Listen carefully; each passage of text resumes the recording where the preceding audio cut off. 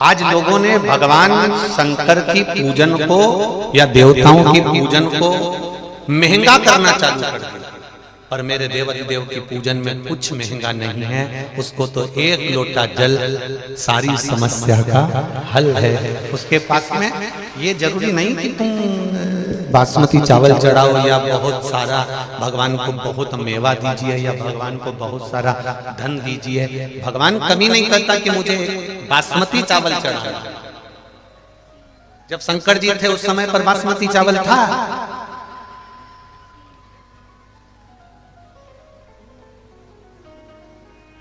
शंकर जी ने कभी पार्वती जी से बोला कि मेरे लिए बासमती चावल बना, मैं बासमती खाऊंगा? नहीं, ये भ्रम है।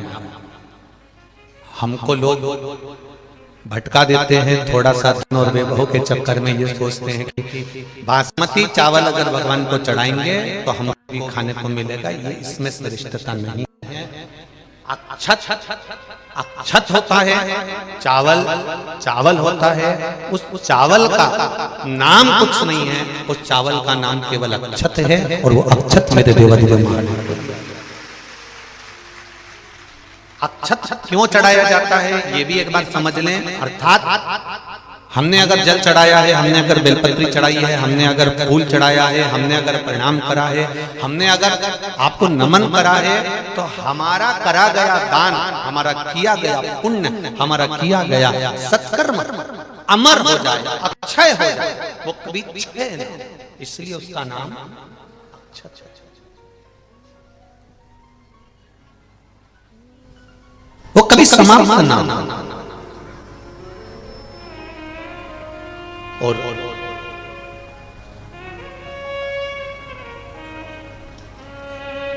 पूरी दुनिया में दान करके देखिए, सारे व्रत कर देखिए, सारे उपवास कर देखिए। चतुर्थी का व्रत कर लो, तीज का व्रत कर लो, पंचमी का कर लो, छठ का कर लो, तुम्हारी मर्जी पड़े जो व्रत करो। तुम्हारा मन पड़े उतना दान करो, तुम्हारा मन पड़े उतना देओ, तुम्हारा मन पड़े उतना दे दीजिए, मना नहीं है। सारी दुनिया में करा गया दान, सारे करे गए व्रत, पुण्य, इन व्रत का पुण्य, इन दान का पुण्य जो हमारे पास में है, हो सकता है हमारे मरते मरते तक पुण्य हमारा समाप्त हो जाए। हमने किसी को गलत दृष्टि से देख लिया, पाप हो गया। हमने गलत बोल दिया, पाप हो गया। हमने गलत सुन दिया, पाप हो गया। हो सकता है कि हमने जो पुण्य इकट्ठा करा था वो धीरे धीरे धीरे धीरे समाप्त हो जाए। पर शिव महापुराण में किया गया दान, शंकर के मंदिर में चढ़ाया गया एक अक्षत, एक लोटा जल, या शंकर के अनुमोदन में या शिव तत्व में या शंकर का नाम लेकर कोई व्रत करा है, शिव का नाम लेकर कोई दान करा है, शंकर का नाम लेकर कोई पुण्य करा है, तो वो कभी समाप्त नहीं होता। वो अजर और अमर, वो कभी समाप्त नहीं होता। सारे पुण्य मरते समय तक समाप्त हो सकते हैं। जैसे आपके पास में 10,000 रुपए हैं, अब आपके पास में 10,000 रुपए हैं, तो आपने वो 10,000 रुपए में गैस की टंकी भी खरीद ली, लाइट का बिल भी दे दिया, खाने का सामान भी लिया है, डीजल का पेट्रोल का भी लगा दिया। अब तुम्हारे पास में वो 10,000 रुपए जो रखे थे वो तो सारे के सारे खत्म हो गए। कहीं जा रहे थे वो 10,000 रुपए तुम्हारे समाप्त हो गए।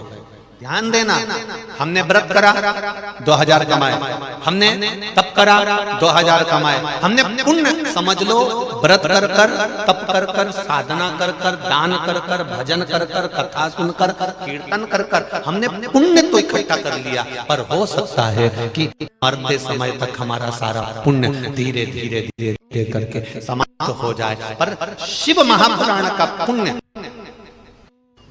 जो आप शंकर भगवान की पावन कथा सुन रहे हो, आस्था चैनल पर, फेसबुक पर कथा को श्रवण कर रहे हो, जितना आप आनंद के साथ इस कथा को श्रवण कर रहे हो, पंडाल में बैठकर कथा सुन रहे हो, चाहे तुम्हारा मन पड़े जहां बैठकर कथा सुन रहे हो, पशुपति व्रत कर रहे हो, सोमवार का व्रत कर रहे हो, शंकर जी के मंदिर में एक लोटा जल चढ़ा रहे हो, ये लिख कर रख लेना, ये पुण्य तुम्हारा जीवन पर्यंत समाप्त नहीं होता। ये अजर और अमर, ये कभी समाप्त नहीं होता, ये निश्चित रहेगा। अक्षय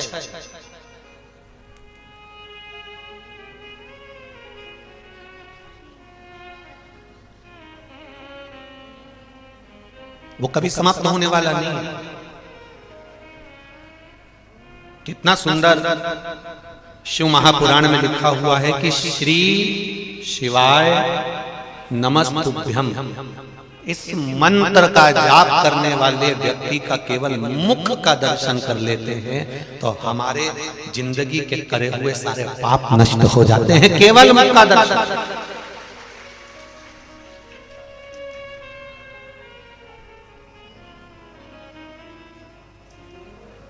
केवल मुखाग्रविंद का दर्शन करने वाले, दुख की घड़ी में घर का सोना, दुख की घड़ी में तकलीफ के समय पर घर की चांदी, घर का सोना सुनार की दुकान पर जाता है, उसी तरह दुख की घड़ी में तुम किसी के दरवाजे पर हाथ पैर जोड़ने मत जाओ। दुख की घड़ी आए तो जैसे घर का सोना सुनार के पास जाता है, ऐसे दुख की घड़ी में तुम मेरे महादेव के पास जाओ और उससे दिल से कहो, वो दिल से सुने, कहो उसको दिल से।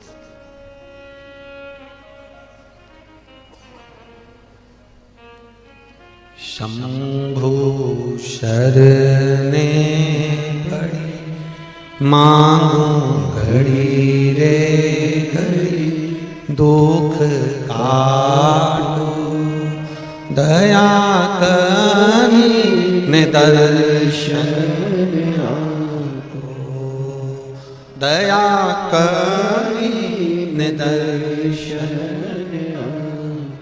घर का सोना दुख के समय पर सुनार के आ जाता है, जब दुख की घड़ी आए कहीं जाओ मत जाओ, पर मेरे महादेव के पास 2 क्षण, 1 पल, 1 घड़ी जाओ।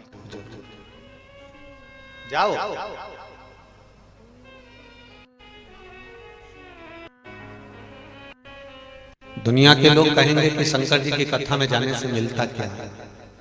कुछ मिले चाहे ना मिले, पर इस दिल को सुकून बहुत मिलता है। कुछ मिले ना मिले, सुकून मिलता है।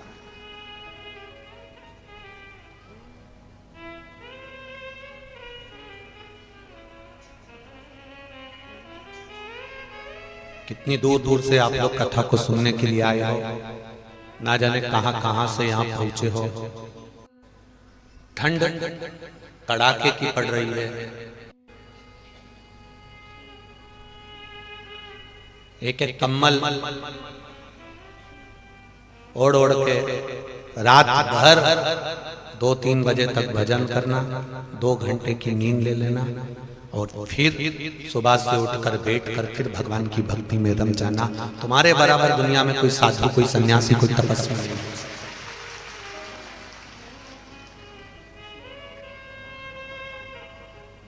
कोई साधु नहीं है तुम्हारे बराबर, कोई संत नहीं है तुम्हारे बराबर। एक पत्र आया है, थोड़ा सा समिति वालों को जरूर बुरा लगेगा, लग जाए। जहां की कथा हम जहीं छोड़कर जाते हैं, इसलिए बोलने में पीछे हटते नहीं है। वैसे और वाला महाराज बेकार है और बेकार से। आप जितना विश्वास कर कर भगवान शंकर को जल चढ़ाओगे, जितना विश्वास कर कर आप भगवान शंकर की शरणागति ग्रहण करोगे, जितना विश्वास कर कर आप शंकर भगवान को रिझाओगे, उतना देव महादेव चढ़ाना भी कितना है? 1 चावल का दाना, 1 बेलपत्र, और बेलपत्र नहीं भी है तो शिवजी पे चढ़ी हुई बेलपत्र धोकर वापिस भगवान शंकर को चढ़ा देने पर भी मेरा शिव स्वीकार कर लेता है। उसके मन में ये भाव नहीं होता कि तुम कहां से दे रहे हो, किसका दे रहे हो। वो तो ये मानता है कि तेरा स्पर्श मात्र कि तेरा केवल स्पर्श।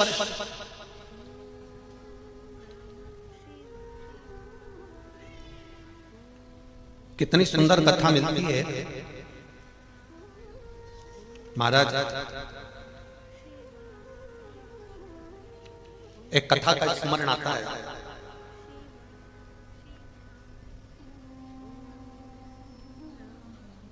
एक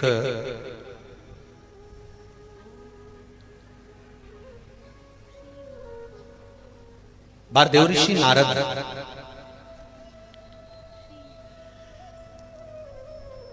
भगवान ब्रह्मदेव के पास जाते हैं और ब्रह्मा जी से जाकर एक निवेदन करते हैं कि मैं दिन भर श्रीमन नारायण करता हूँ, कोई राम राम करता है, कोई कृष्ण कृष्ण करता है, कोई दत्त दत्त करता है, कोई जगदम्बे अम्बे अम्बे करता है, कोई बमलेश्वरी कहता है, कोई राम कहता है, कोई कृष्ण कहता है, कोई शिव कहता है।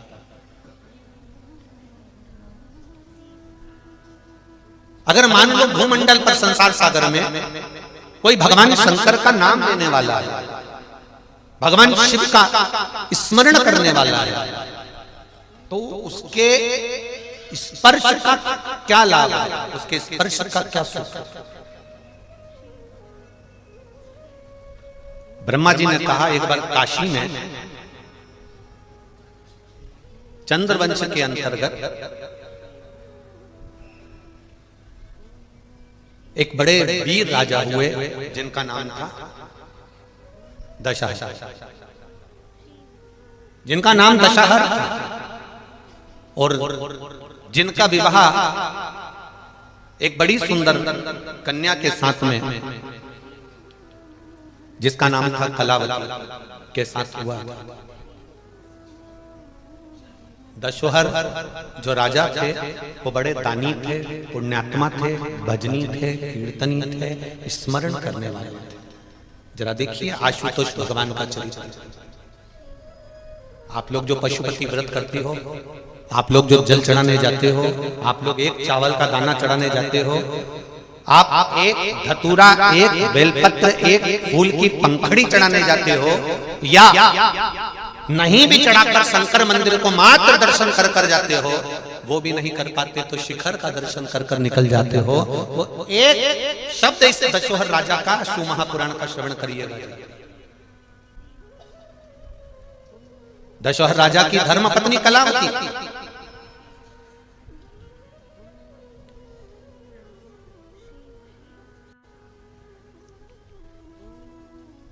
जो राजघराने में रहती है, राजपाट में रहती है, पर अपनी भक्ति को कभी नहीं छोड़ती। उसका नियम, ब्रह्मा जी कहते हैं उसका एक नियम बड़ा प्रबल है। एक लोटा जल लेकर भगवान शंकर के मंदिर में जाती है, मंदिर को पहले पूरा साफ करती है, साफ करने के बाद एक लोटा जल देवादिदेव महादेव को समर्पित करती है। फिर उसका एक नियम रहा है कि वो जल चढ़ाने के बाद में जो जलाधारी है, ये आज तो लेटर में भी शंकर जी हैं तो आपको समझा दें। देखो ये यहाँ जल चढ़ाया, जितने लोग टीवी पर देख रहे हैं वो भी देखिए, यहाँ जल चढ़ाया। जल चढ़ाने के बाद दशहर राजा की जो धर्म पत्नी है कलावती, वो इस जगह पर जहाँ जलाधारी है, आप भी देख लीजिएगा, जहाँ जलाधारी है उस जगह पर वो अपना हस्त कमल रख देती है। जो जलाधारी होती है इस जगह पर, इस स्थान, और जितने लोग टीवी पर देख रहे हैं इस स्थान, वो अपने हस्त कमल को कलावती। जरा बहुत ध्यान से कथा सुनना, कोकड़ी वालों को ये कथा मिली है आशुतोष शिव महापुराण की कथा। केवल आशुतोष भगवान का नाम ही केवल एक ऐसा नाम है कि जो नारी, जो कन्या, जो पुरुष, जो लड़का, जो बच्चा अगर इस आशुतोष भगवान का केवल नाम का स्मरण कर लेता है तो उसके वैवाहिक जीवन में कभी तलाक नहीं होता, कभी विवाद नहीं होता, कभी क्लेश नहीं होता। ये वो आशुतोष भगवान। और अपने को मौका मिला इसको समझने के लिए। दशहर राजा की धर्मपत्नी कलावती शिव जी को जल चढ़ाकर जलाधारी पर अपना हस्त कमल रख लेती है, और हस्त कमल रखकर बाबा देवादिदेव महादेव का पंचाक्षर मंत्र का जाप करती है। नमः शिवाय, नमः शिवाय, ओम नमः शिवाय, नमः शिवाय, नमः शिवाय। हाथ रखा, जाप। उसकी चित्त वृत्ति में जो मंत्र भगवान शंकर का है वो मंत्र उसको स्वीकार कर लेती है। कभी वो श्री शिवाय नमस्तुभ्यं, कभी वो पंचाक्षर, कभी वो महामृत्युंजय, वो मंत्र का, कभी गौरी शंकर के मंत्र का भी स्मरण कर लेते हैं। और स्पर्श, चलिए रोज का नियम, जल चढ़ाया, स्पर्श किया, चलिए आज राजा रानी जब मंदिर से आ रही थी तो राजा ने रानी को देखा तो इतनी सुंदर लग रही थी, इतनी सुंदर कि राजा ने उस रानी को आज तक इतनी सुंदर कभी देखा ही नहीं था।